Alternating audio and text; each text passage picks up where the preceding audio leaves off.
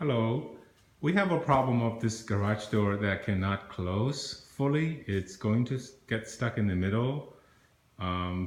We try to solve this, but when we look up on the YouTube, there doesn't seem to be anything or anybody explaining how to do this fully. So I'm going to first explain to you the situation.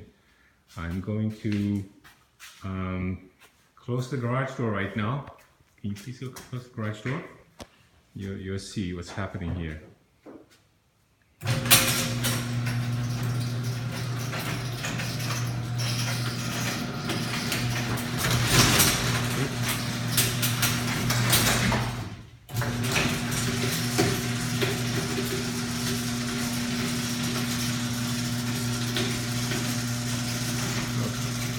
Okay, so you see that the door closed almost like more than halfway to